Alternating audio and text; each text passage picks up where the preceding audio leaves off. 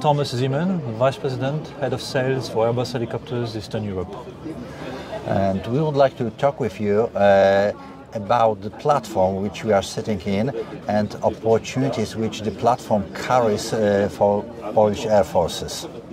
So the platform we're in is the H145M, which is a military version of the famous H145. The H145 helicopter is the most powerful light twin engine helicopter in the world. There's more than 1,500 H145 helicopters in operation today, and out of this 1,500, more than 500, which is more than one-third, are military helicopters operated all over the world by the US Army and NATO allies. Okay, this is a platform which is meant to be kind of training helicopter, and it might be used for training for the attack helicopter pilots. Could you talk about this application? Absolutely, this is a very good point. So this is typically the most advanced light multi-role helicopter, which we have developed based on the civilian version. There are a lot of advantages to having this concept developed for a military helicopter, a non-specialized military helicopters, which primarily is a great tool for training. Both basic training, ab initio training, as well as advanced training for advanced missions. And in that particular frame, this is a very complementary solution to some of the choices that are being made and programs that are being run by the Polish Ministry of Defense, because specifically it brings this capability to efficiently train new pilots or advanced pilots which fly on other platforms. The ultimate goal, of course, is to train very capable pilots, both in their basic flight capabilities, but also advanced missions, operations, from tactical transport, search and rescue, medevac, CASEVAC, all the way up to combat and attack missions. So the pilots of the Black Hawk helicopters or Apache or different types of attack helicopters might be trained on this platform? That's absolutely right. As of today, in fact, most of the US Army pilots are trained on this platform, which in the US Army is called the Lakota or UH-72. And the United States are the largest user of this helicopter in the world. They employ today more than 478 helicopters. Of the UH-72A version, which is the previous version of the H145, and they have just acquired a new batch of the latest evolution of the H145, which is the one we're in today, which is called the H-72 Bravo, which is the latest and greatest evolution of the platform they will integrate in the armed forces. And this platform is used for several different applications and missions. Training, basic and advanced training, so for Black Hawk, Apache pilots, of course, but also for other missions such as CASEVAC, medevac, disaster relief operations also.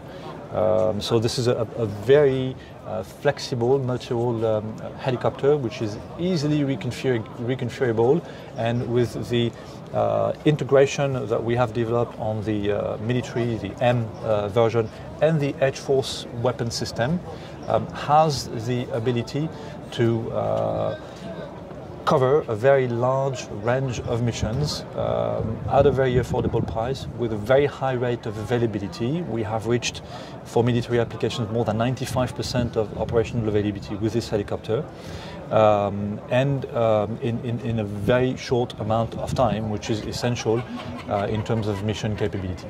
Okay, my last question is about possible cooperation with the Polish defense industry. Which benefits might be for us if Polish Air Force choose such kind of helicopter? So there are a lot of benefits, I think, for Poland in general, not only the Polish armed forces, but Poland as a country and and the Polish people. In terms of cooperation, Airbus Helicopters is used to do cooperation. Cooperation is in our DNA. We have ongoing cooperations with 35 nations in the world, more than 40 customers if we take all the components of government authorities. That's more than 100 major projects. The immediate applications in terms of cooperation is to provide as quickly as possible strategic autonomy and sovereignty to the nations who use our helicopters. So immediately the focus will be to provide operational autonomy. That's the ability to fully maintain and repair the helicopters on site with Polish partners and the Polish industry. That's, I think, a key component of providing autonomy, strategic autonomy and sovereignty. That's in the short term. What we ambition to build is a plan, cooperation plan that covers the short, the medium and the long term.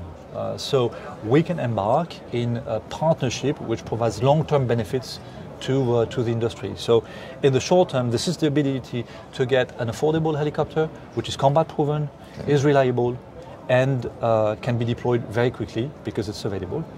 And in the medium term and the long term to develop the cooperation which will bring capacities, transfer of knowledge, transfer of know-how to the Polish industry, as well as develop jointly the new vertical takeoff and landing technology, disruptive technologies, but also evolution of this platform, which can be fully managed in Poland. And the great advantage we have is the